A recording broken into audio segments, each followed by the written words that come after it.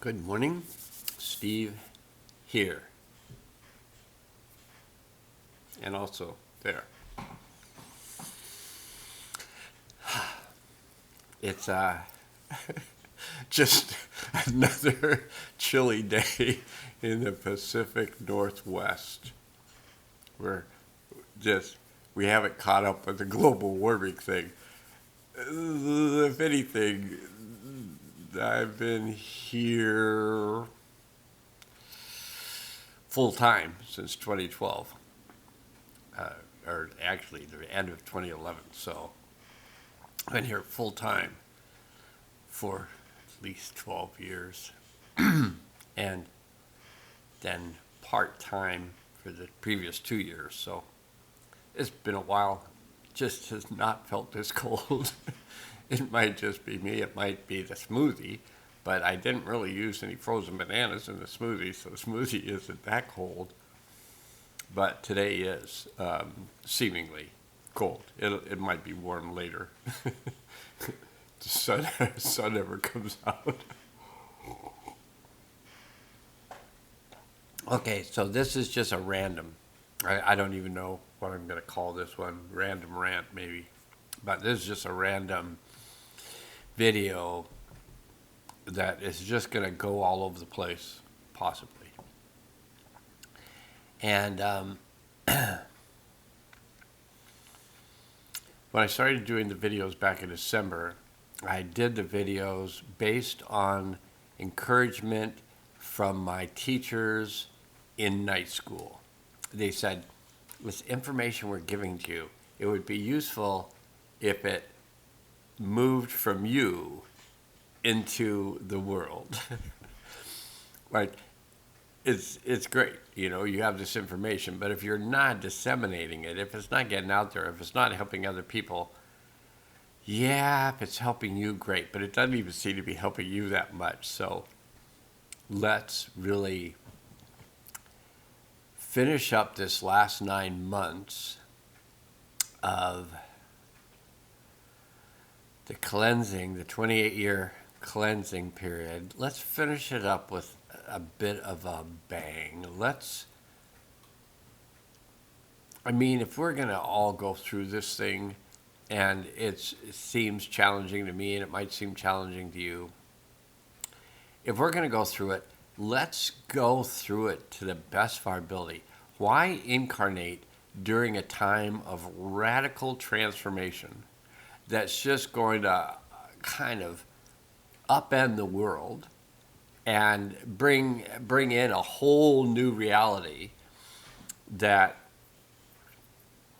according to my friends in higher places, we're all going to like? It's just a process of getting there that we can choose to like or not like. We can say, oh, it's so hard, all my shit's coming up, all whatever, and it's true for me. And you may be having that experience, like, this is really hard. All my stuff's coming up. I'm not prepared for this. And I would say that even though I feel like I've prepared for this for the past 50 plus years, 54 years, I would say, I've been preparing for this time, I'd say that I could have done a better job. Really, honestly, truthfully, I could have put more attention on it. I could have been less distracted by other things. And I just could have been a bit more focused.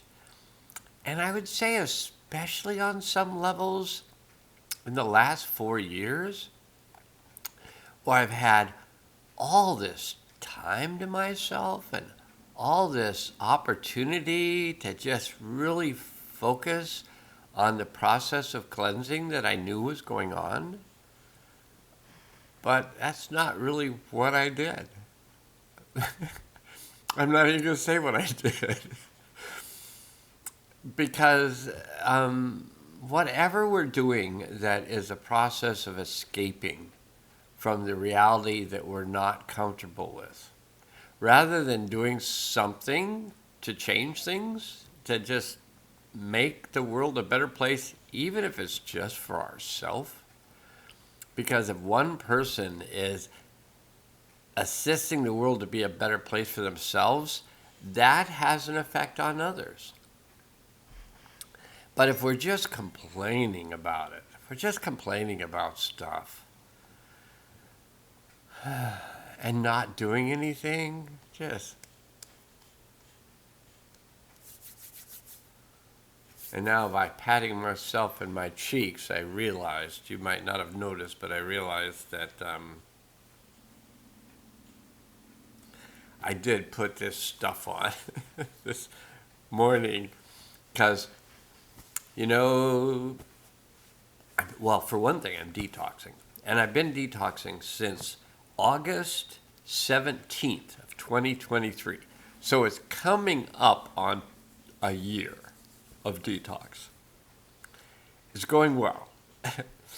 I'm doing Epsom salts, baths, about 5 times a week.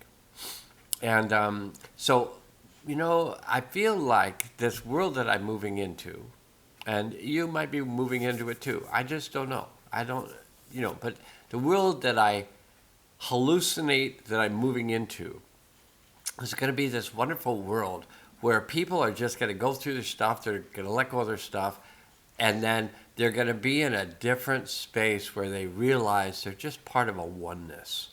They're just part of a world that they're a part of that is important to them, how others are doing in the world, how they're doing in the world.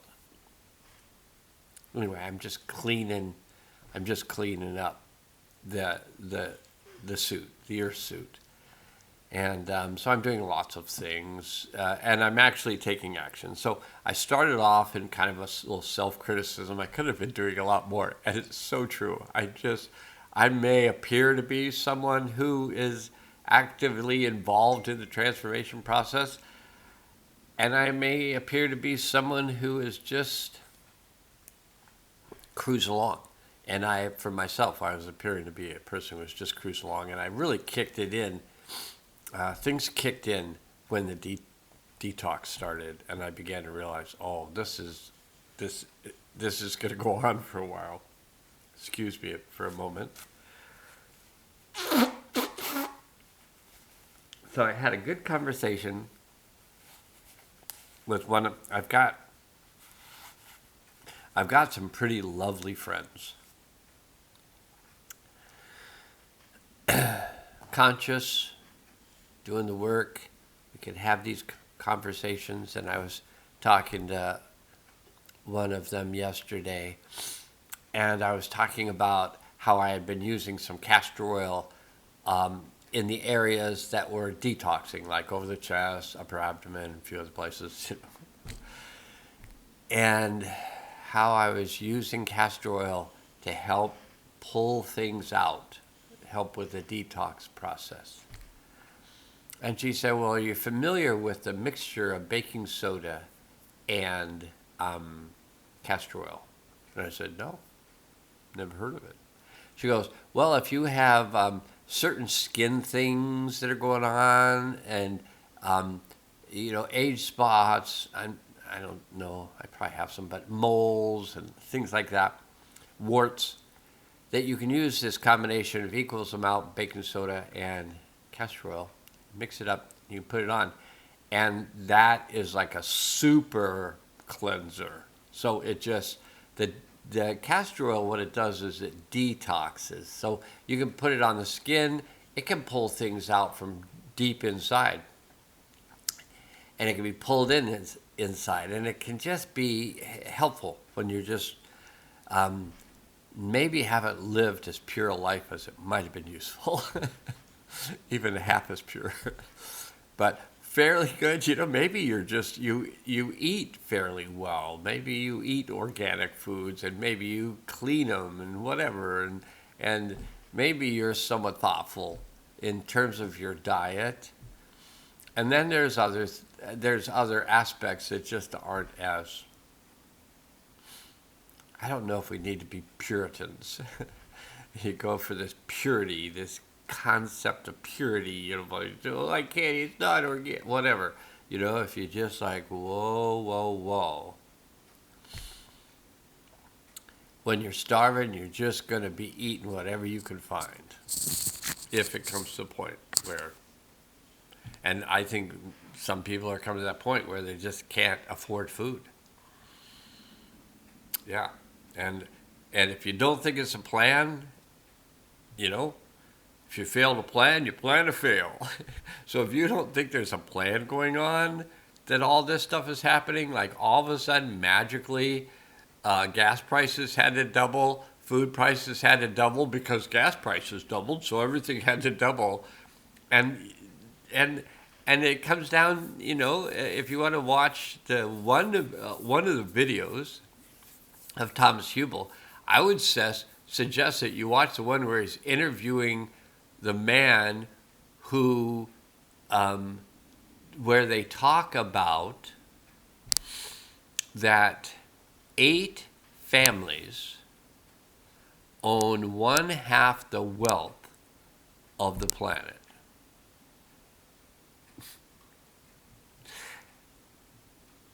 And I think probably they want more. I don't know. I just don't know them.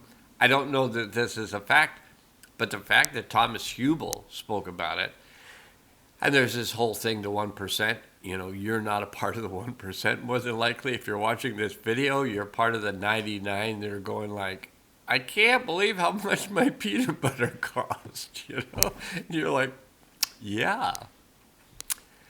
Yeah, you're part of the group that's like, why? Well, why did all this happen?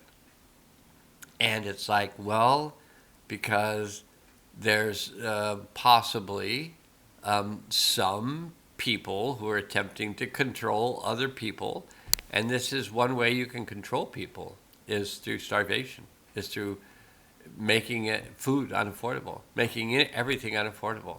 And it kind of crashes the system, but apparently the system, some people, some talking heads have been talking that the system was going to crash for a number of years.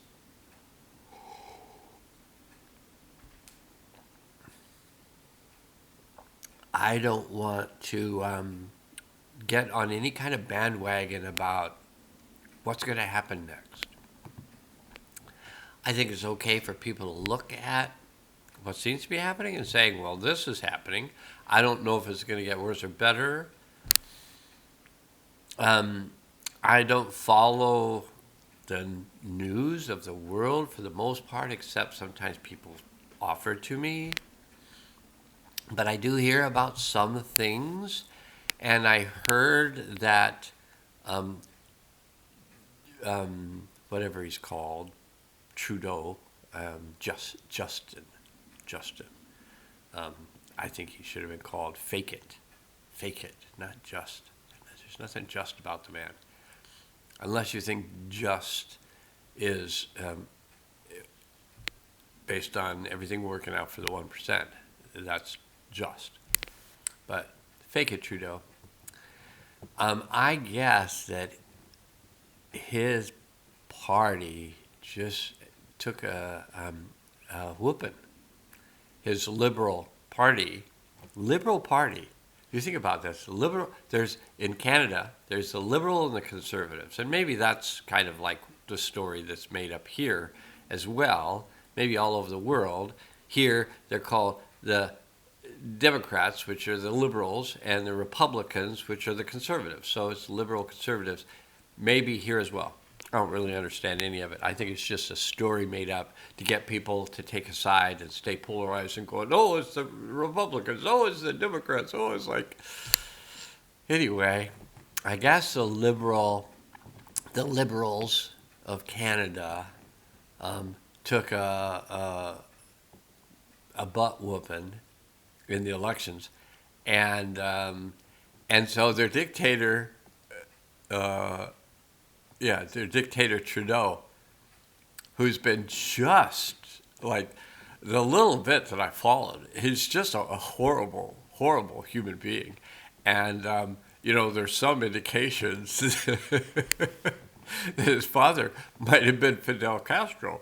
And, I mean, if you look at a picture of his supposed dad and you look at a picture of Fidel Castro and you put him between them, which one does he look more like? I'd go with old Fidel. But, the whole thing's being made up. I'm making this up. I'm making my words as I go. I'm just thinking of words and then just throwing them out there. But I was noticing how I was kind of felt like I was being directed by YouTube in terms of what would be advantageous for me to do for YouTube. And I thought, I'm not working for YouTube. And I'm not here to make money for YouTube or for myself, which we could call BoobTube. So BoobTube is not here for YouTube. I'm here because I have guides and helpers, and you could call them astral projectors. They're just, I guess I agreed. This is what I've been told. So I was told that they agreed, we had a contract that they would not let me sleep through another lifetime. That really what I was going to do in this lifetime was important, and I had to stay with it. And I guess I've had some history of just kind of sloughing off. So in this lifetime, I've done a lot. I haven't done everything I've felt like I ought to be doing. Maybe no one has. But I feel like I can do this last 9 months. The last 9 months of the 7 years of spiritual cleansing, of the 28 years of physical, mental, emotional, and spiritual cleansing. I can really step it up for this last 9 months and really be present, do the work, help who I can. And so this video is less of using the tarot card to help people to think about things, maybe have a different perspective about what they're working with. Using the Mayan calendar to let people know kind of the energetics according to the Mayans, who most of them, I think, left. I don't know how many, but 5,000 years ago or something. They just kind of, but maybe not that long.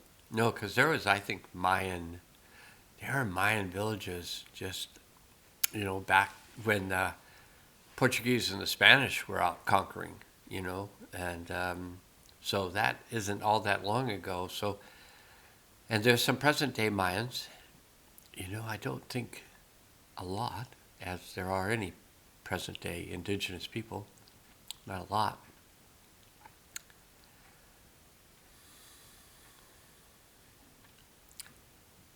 But here we are. And this next 9 months may be challenging. It may not be challenging. And I think it will depend on how much we're in the flow of what's going on kind of on a cosmic level. Like this thing is so big. But we're all going to be going through this. But if we're going through this more as a team, as a group of people who come together and say, we've chosen this, let's do this, and not win one for the gipper,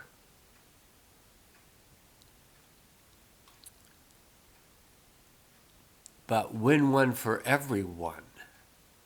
Not us as opposed to them, because there is no us and them. There is us. That's all there is. It's all us. And my sense is that things can be influenced most strongly when we get on board the train.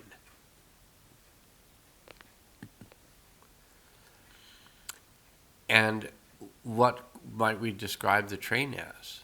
Well, we could call it the change train. That things are changing. We know they are. And we're on board. And we're participating in the change rather than fighting the change and feeling miserable. Just like it's happening, you may as well go along with it. You may as well do your best. You may as well become more intuitive. You may as well do things that cleanse your body because your body's cleansing anyway, so you might as well be participating in it and helping it if you can. So for me, there's things that I, liposomal vitamin C, I take a supplement, NAC, I take some chlorophyll tablets, that are cleansers. Yeah, we just do the things and I'm not suggesting anything that you do. I'm suggesting that you tune into yourself and ask yourself, does what I'm doing seem to be working? And if you get kind of a no, then what would work? What can you do? What do you have an intuition, what you have a feeling about that would be useful for you to be doing now? To assist yourself to change, because whatever you clean up for yourself, you're cleaning up for the team. The more you're clearing up unresolved events of the past or traumas, you're doing that for the team. And the team is all of us.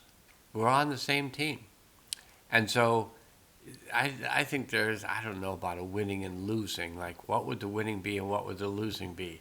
Is the winning that we all get to 5D consciousness and realize we're just all part of this together? Or does losing involve, only a few make it, and the rest of them are just kind of like, whatever.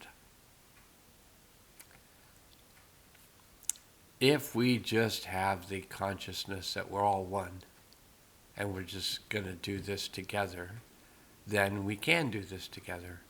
And that will have an effect on the field. If we come out of fear, if we come out of constant grief and anger, and if we just come out of those states and just become into a present state, I am here. I am here for myself, because if I'm not well, I'm not helping anyone. So I'm here for myself as part of a team of beings and bodies who are here for themselves, and in taking care of oneself, one's in a position, if one chooses to take care of others. But you're taking care of others by taking care of yourself. So hopefully you're doing a good job. Hopefully you're feeling good about what's happening. And if not, make changes. And how can you change? 3 ways. You can change your beliefs. The things that, can't have this, can't worry, it's like, no. We change our belief by realizing it's a story with emotions, and we can separate the story and the emotions, let go of the emotions, let go of the story, be present. We can change it by our behaviors. What are you doing to take care of your body? There's just one. What are you doing to improve the quality of your relationships with others? There's just another. There's lots of behaviors that we can change. And why not change our behaviors and see what happens? And then our boundaries. So with so much kind of intensity in the world, that intensity tends to polarize us more. So we're like, no, I'm right. No, I'm right. I'm a liberal. I'm a Democrat. I'm a Republican. I'm a conservative. And it's just like, no, I'm part of a large whole. Not a whole, but a whole. I'm part of a large whole. Everything I do matters. That's all I need to understand. Everything I do matters. And what matters possibly the most in terms of this transformation is the vibration I'm holding. So if I'm holding a vibration of love, that's affecting the field. If I'm holding a vibration of fear, that's affecting the field. If you notice, fear contracts, love expands. The more expanded we are, the more creative we are, the more we can come up with solutions for whatever's showing up in our life. That seems to be enough for now. I'm just going to look at the time. We've got 25 minutes in here, so I'm just going to shoot this out to the metaverse and see if it floats. And I see that it's a black dot, which means it has been recording, and so I'm happy as a clam. Now must go.